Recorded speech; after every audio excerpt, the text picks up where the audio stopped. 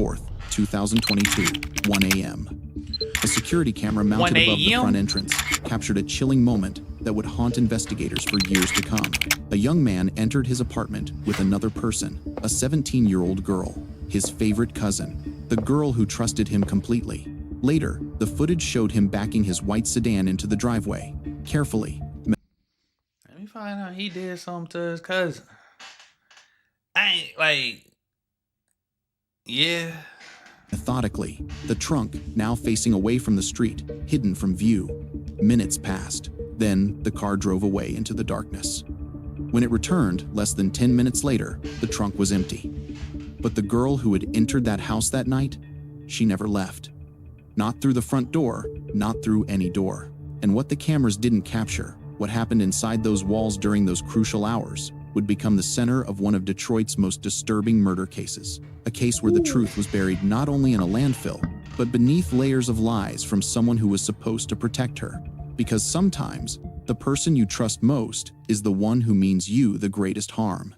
Sierra Milton woke up on the morning of January 5, 2022, with a gnawing feeling in her gut. Her eldest daughter, Zion Foster, hadn't come home the night before. The 17-year-old's bed sat empty, untouched.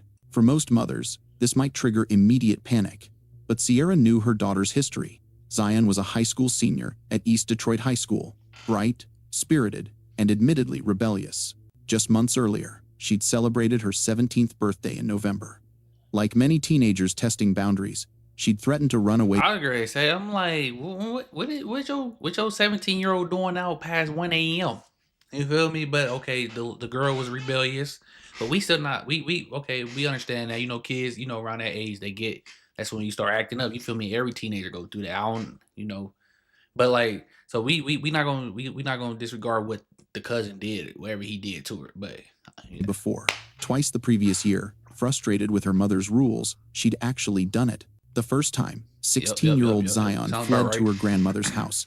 Convinced to return, she stayed only days before leaving again, prompting Sierra to call the police. But both incidents proved to be false alarms. The teenager was struggling.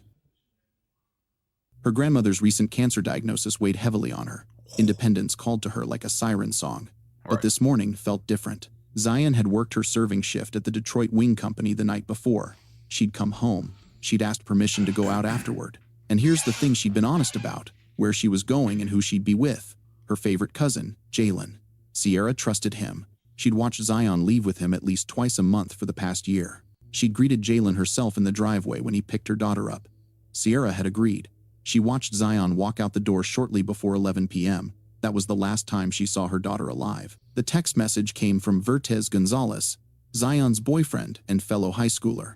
Had Sierra heard from Zion? Because he couldn't reach her anymore. The last message he'd received came at midnight. 3 simple letters that now haunt everyone involved. On my way. On my way. But Zion never made it home. Calls went straight to voicemail. Messages throughout the night sat undelivered, trapped in digital limbo. Finally, at 8 a.m., Vertez sent a message that captured his growing dread. Are you alive? Followed by, this is the worst thing ever. Sierra immediately reached out to Jalen Brazier. If anyone knew where Zion was, it would be him. They were close, practically inseparable, or so she thought. Jalen's response stopped her cold. He hadn't seen Zion. In fact, he claimed he hadn't seen or spoken to his cousin in years. 3 years, to be exact. Sierra's mind reeled. How could that be possible when Jalen had been in her driveway just weeks ago? When she'd watched her daughter leave with him twice a month? When Zion specifically told her she was spending time with her favorite cousin? Jalen pressed her. How often had Zion claimed to be with him? Once or twice a month, Sierra confirmed. His response came laced with frustration. Zion's lies about him were sneaky as hell and not safe, he said. She must have been using him as cover, spending time with someone else who lived near his house.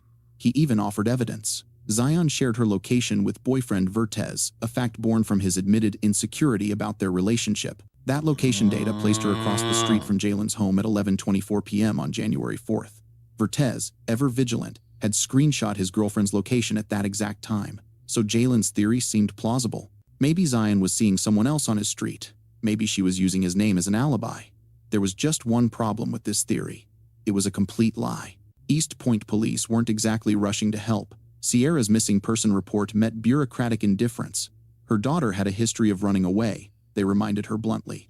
The officer handling the Right. Like, okay. So, but still though, like they should take that serious though. But like the fact that her daughter was, ran away, they using that as excuse, like, oh, she'll pop back up. She just does this regular. You know how it is. You know how the police be.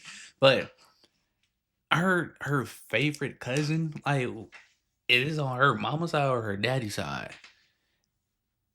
Like, how you gonna tell the mama you ain't seen the cousin in years, but you was just in the driveway picking her up? Like, you feel me? Like that like that nigga weird, bro. He a weirdo. You feel me? case didn't mince words. I'm gonna be honest with you. We're taking this as she's a runaway. Receiving little support from law enforcement, Sierra took matters into her own hands. Family and friends rallied. They posted flyers across Detroit. They held rallies. They spoke to anyone who would listen. The media picked up the story. We need your eyes, Sierra pleaded to cameras. The police need your help. Meanwhile, officers eventually made their way to Jalen Brazier's home. They found him there with his longtime girlfriend, Katrina Smith. The 23-year-old father of 2 young boys, ages 1 and 2, seemed cooperative. He invited officers inside to look around. His story remained consistent. He hadn't seen his cousin in nearly a year since May 2021, he claimed. How? It was Zion's mother and her boyfriend who seemed fixated on this idea that she'd been with him. He'd even offered to show Sierra his Ring camera footage to prove Zion was never there. When Sierra examined the footage, she noticed something. Gaps. Missing entries for the night of January 4th. Obviously deleted, she thought. But police found nothing suspicious in their search. No signs. All right, bro. The police, like I said, bro, the police ain't gonna do too much investigating on nothing, bro, unless they just really have evidence, bro. They just gonna show up. They looked at this. Oh, okay. They looked at the little time gap. Like, oh, okay. I guess. Well, he's clear now. But like, nah, bro. He's a suspect, bro. He did something to his cousin, bro. And y'all just sweeping this under the rug, bro. Like, cause he showed y'all some weird little camera angles that, oh, see, she wasn't here and da da da. Like, come on, bro. Zion had been there.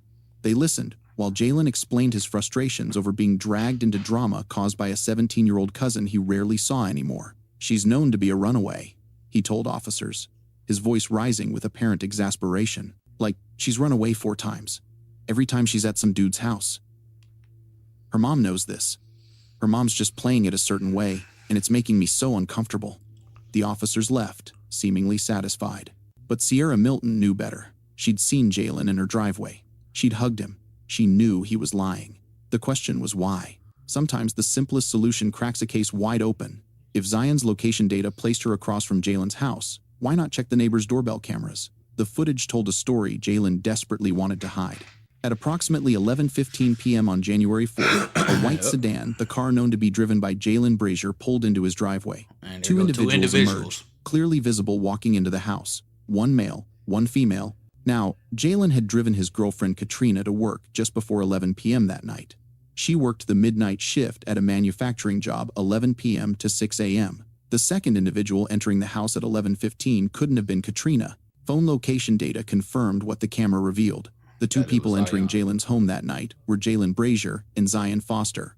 The camera never showed Zion leaving. But at 1 a.m., that same camera captured something chilling. Jalen's car pulled out of the driveway, then backed in. The trunk now faced the backyard. Oh. So he killed her. Then he pulled in, he backed out the car, then pulled in backwards so he could take the body out the back door, thinking nobody would notice. Like, come on, bro. Like, you not smarter than technology, bro. Like, come on, bro. Like, whatever he did to his cousin, that nigga's a weirdo. He's straight weird, bro. Like, you thought that you backing out, then backing in was not gonna be suspicious at all, my dude. And like, then you hanging out with your 17-year-old cousin at 11 p.m. when you drop your girl off at work. That sounds weird. Like, I'm not going to lie. I don't give a damn how close you and your cousin is. You're 17. You're not going out this house with at 11 p.m. What you doing out at 11 p.m. at 17 years old with your grown ass male cousin? Hidden from view. After a few minutes, the car drove off. It returned less than 10 minutes later. Search warrants came swiftly. He went and dumped Inside the the body. house, nothing. The car's contents were carefully itemized and examined, but there was no clear evidence of what happened to Zion. That is, until law enforcement brought in the canine units. The dogs indicated clearly at the trunk of Jalen's car. The unmistakable scent of death lingered there. On January 19th, accompanied by a friend who happened to be a lawyer, Jalen voluntarily sat down with detectives. The evidence against him had become overwhelming. It was time, his lawyer must have advised, to get ahead of the narrative. Jalen offered what he claimed was the truthful version of events from that night. Yes, he'd picked up Zion from her home. Yes, he'd brought her back to his place. He put his 2 young children to bed, then joined Zion downstairs in the living room. They talked about normal teenage things, her improving relationship with her mother, her boyfriend, plans for prom, her job, dreams of getting her own apartment. They used some recreational substances together, he said. Then Zion got sleepy. Her head tilted back as she appeared to nap while sitting upright on the couch. He went into the other room to pour himself a drink. When he returned 15 to 20 minutes later, something was wrong. Her pulse was faint, he claimed. Then her heartbeat became non-existent.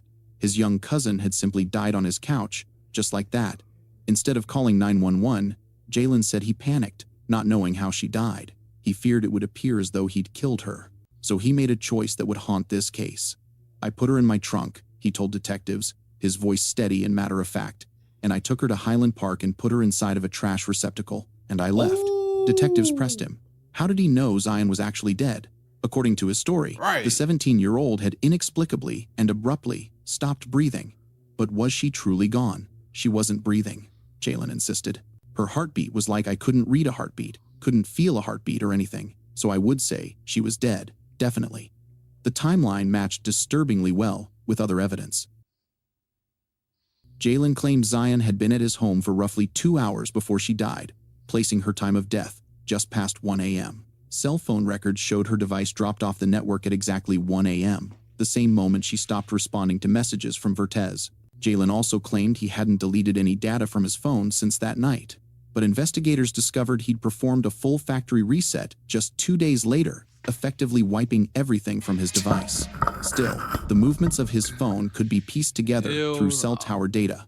This placed Jalen at the dumpsters in Highland Park at 1 a.m. He led detectives to the location where he claimed to have left Zion's body weeks before. There was no longer any sign of her there.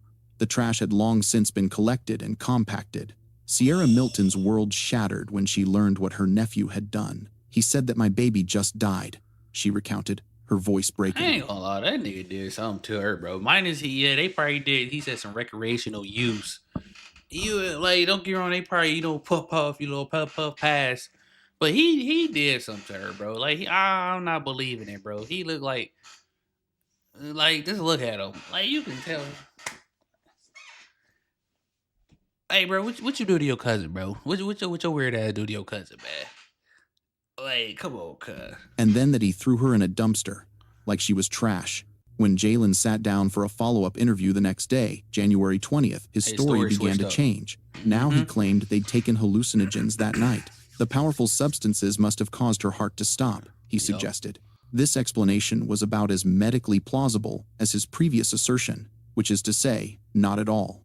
The detective saw an opening. Perhaps Jalen would use the drugs as an excuse for his actions, for whatever steps he took to end his younger cousin's life. Did you have like a freaking momentary didn't know what you were doing moment? The detective pressed. The problem with those substances is when you're on them, you don't know what you're doing. Did you do something? But Jalen wouldn't bite. I was completely comfortable, he insisted. The detective failed to elicit a confession. Without this admission and without locating Zion's body, there wasn't enough evidence to proceed with a murder indictment. Jalen was placed under arrest anyway for 1 count of lying to police. His false statements had actively deceived investigators about Zion's whereabouts, her health and safety, and his interaction with her. It wasn't murder, but it was something. The search for Zion Foster became one of the most extraordinary efforts in Detroit law enforcement history. Garbage collection trucks working in Highland Park were tracked to specified areas in local landfills. An estimated 8-week project was launched to sort through literally mountains of waste from all over the Detroit area, compiled over several weeks. Dozens of volunteers, mostly wearing masks and hazmat suits, assisted by heavy machinery picked through layers. But my thing, like, if she went into the, like, you know, the compactor thing, wouldn't she like be like smashed up? Maybe. I hope not. I hope that's not the case. Like, you know how the compactor smashes the trash. Like, wouldn't that be the case though? Like, maybe I'm just reaching. Maybe I'm just thinking too hard about it. But like, cause it's just like layer after layer of the landfill, systematically, methodically, looking for any sign of the 17-year-old girl someone had thrown away.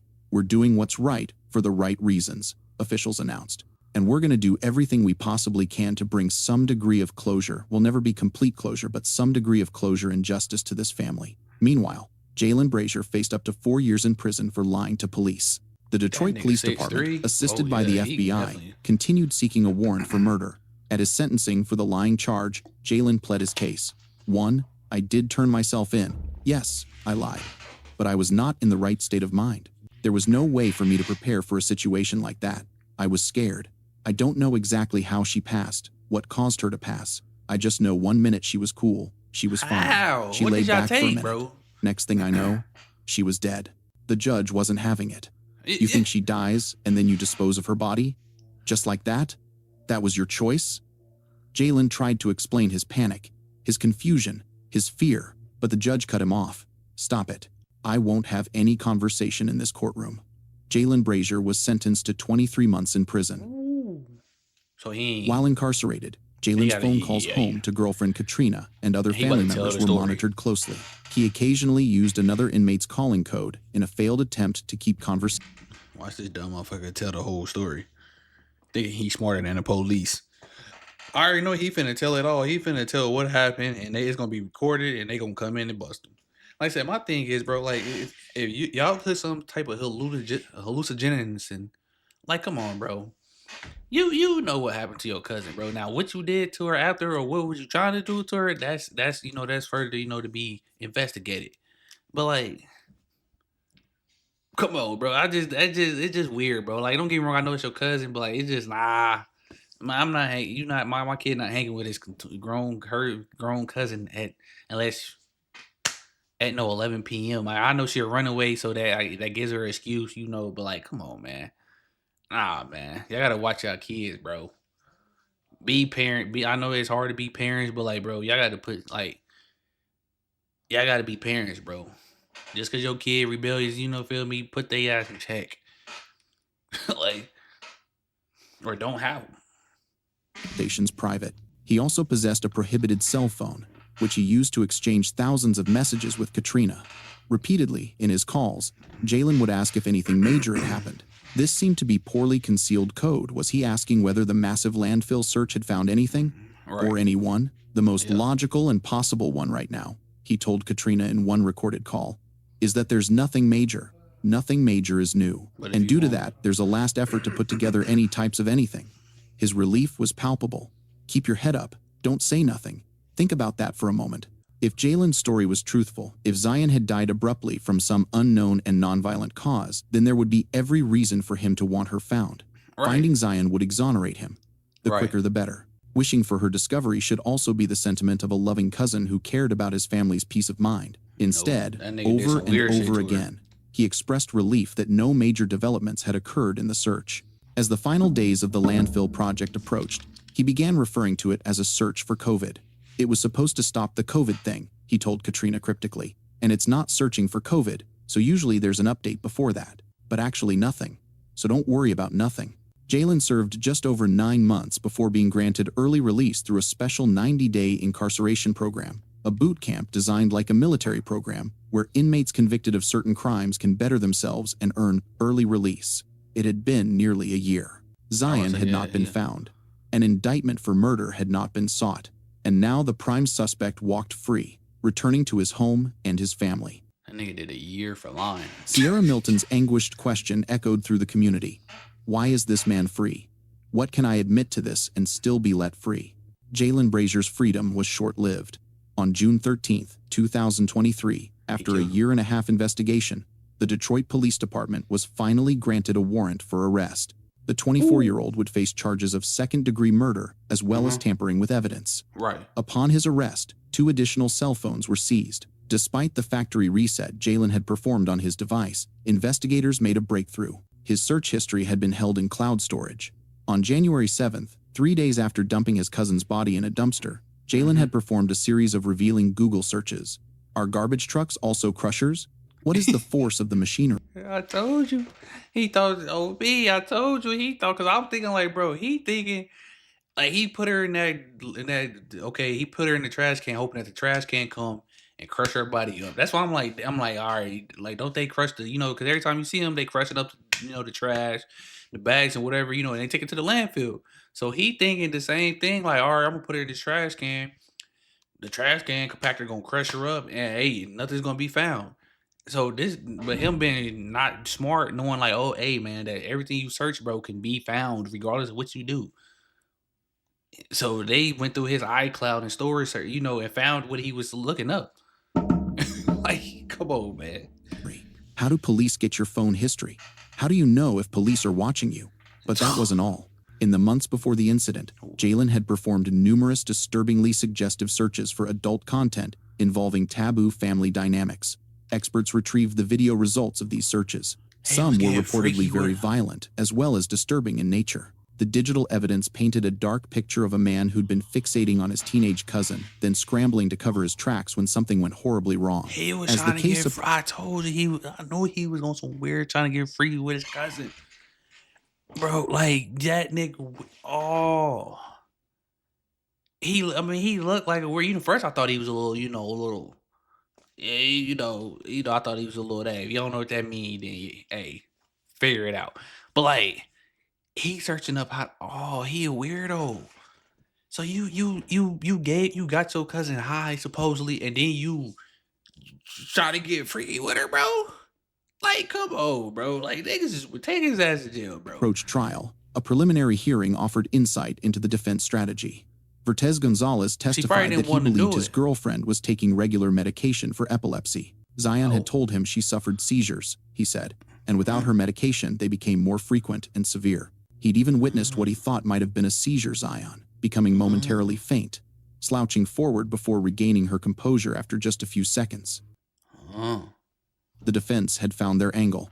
Perhaps Zion's medical condition led to her death suddenly in Jalen's living room. Maybe she'd had a seizure.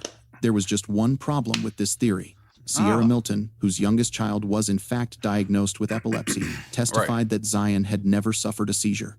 Hundreds of pages of medical records covering years of treatment supported Sierra's assertion. Nonetheless, Jalen Brazier's version of events was now being framed in this new light for the jury. The trial lasted 2 full weeks in May 2024. Jalen chose not to testify. The state called 32 witnesses. The defense called none. Prosecutors revealed evidence that shocked even seasoned courtroom observers. Zion's old cell phone safe at home because she'd gotten a new one contained months of correspondence between her and her favorite cousin. Over 4,000 distinct texts were retrieved. The messages Jalen sent ranged from subtle and unsettling to highly inappropriate. At times, they were romantic in nature. Can I trust you? So why would I question and shake my head? Sad and angry, right? I get your perspective, but that's sneaky as hell and not safe. He routinely invited her to his home while his girlfriend was away. He offered his weird ass was trying to get freaky with his cousin. Like, bro, to put her up in his basement if she ran away. He advised her on how to evade police if she disappeared again. Wayne County Assistant Prosecutor Ryan Elsey described the texts as pervasive, at times complimentary of her intelligence and looks, at other times probing in an immature way. Jalen suggested to Zion that other people thought they were a couple. He claimed Katrina was jealous of her. He bragged about how easily he could be with women. At one point, he called himself a god. Prosecutor Elsey concluded by telling the jury that the 23-year-old had been systematically manipulating his younger cousin for years, that he had fantasies about her, and that on January 4th, he acted on his impulses. This was the twisted motive that led to her death. Jurors heard about how Jalen learned that Katrina was pregnant with their third child on the day he brought Zion to his house. Messages between the couple showed how he'd lied to her about what he was doing after dropping her off at work. That night, Katrina felt ill, nausea, hot spells. Nah, don't cry now, you bitch ass. Nah, don't cry now, my nigga. You know what you was doing. You was been nah, don't cry now. Like you should have been thinking about this when you was over there trying to do that to your cousin. Or if that's even your real cousin, you feel me? Because that's like, come on, bro. Like, what side of the family is on? They got to be on the pop side or something. Because like, the mama ain't say this was my nephew or none. You feel me? Like, come on, bro. Or they were just calling each other cousin. You know, because she a runaway. But like, come on, bro. Don't cry now, my dude. It's too late for that. She'd been to the emergency room earlier that day. Hours later at work, the symptoms resumed. Weird as hell, bro. She messaged repeatedly that she felt too sick to stay, asking him to pick her up. Ain't no way At 1 a.m., I think I need to come home. At 1:26, I don't feel good. Minutes later, my stomach hurts. I feel sick and keep getting hot and cold. Jalen's response? You can make it, baby. He finally picked her up at nearly 3 a.m. When he did, she noticed something. A deep scratch across his collarbone, deep enough to draw blood. He told her the cat had scratched him. Odd, Katrina thought. The cat had never scratched that deep before. The case against Jalen was largely circumstantial, though compelling. A forensic anthropologist who reviewed Zion's medical history determined that the only condition she suffered that could possibly have led to her death was asthma. But an asthma attack would present as the exact opposite of what Jalen described. Instead of quietly passing out with a faint heartbeat, Zion would have been struggling to breathe. It would have been very clear she was in distress. The prosecution's closing argument cut through the defense's theories. Like a knife, he brought her to his house late at night on January 4th, 2022, behind the back of his pregnant girlfriend, who was at work at the time. And she leaves that house in the trunk of his car on a night where he has an unexplained gash on his collarbone. What do you think happened inside that house that night? She died of COVID? She died of a seizure? There's a claim that he did what he did because he... Nope. She died because he was trying to get freaky with her, and she probably trying to fight him off, and she scratched him. That's what happened. And he was strangling her. That's how she lost her breath. And that's how she was gasping. That's how, that's why she couldn't breathe. He was afraid of getting caught for illegal substances. Afraid of getting busted for drugs? You ever heard of somebody getting rid of a body to avoid a parking ticket? Sierra Milton and the rest of Zion's family waited as the jury went into deliberations. They returned in only 30 minutes. As to count 1, how do you find guilty? As to count 2, how do you find guilty? Jalen Brazier maintained his innocence at his sentencing hearing. Her death was not in any way violent. She wasn't hurt at all, he insisted, still clinging to his story. Before announcing his decision, Judge Donald Knapp outlined the convict's failure to accept responsibility for the murder, for disposing of Zion's body, for lying to police, for causing delays in the investigation, for leaving his 2 young children alone in the house while he disposed of evidence, for manipulating and lying to family. It is unlikely, Judge Knapp concluded, that he will ever be rehabilitated. Jalen Brazier was sentenced to 30 to 90 years in prison for the murder and another 5 to 10 years for tampering with evidence. These terms would be served consecutively. Sierra Milton's body trembled as the sentence was read. When it was read, it was just so matter-of-fact. I'm so happy they saw she was loved. She is loved. She was fought for. And this is the result. This is justice. Then she addressed Jalen directly.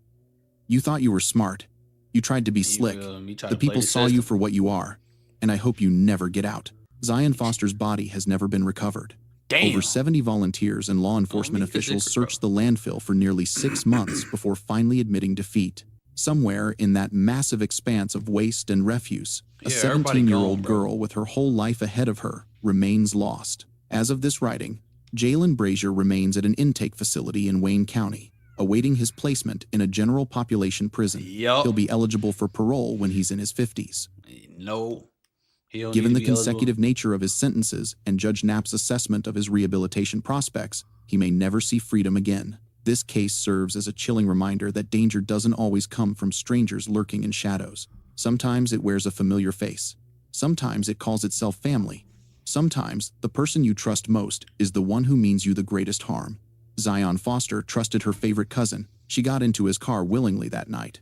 She walked into his house without fear. She never walked out. Yeah, that dude, boy. Yeah, dude, a weirdo, bro. Like, no ifs, ands, or buts about it. He weird as hell. You feel me? He got all the time he deserved, bro. And like, You feel me? But y'all like and comment. Let me know y'all thoughts on the video, man. If y'all new here, hit that sub button. We'll catch y'all on the next video, man. We out.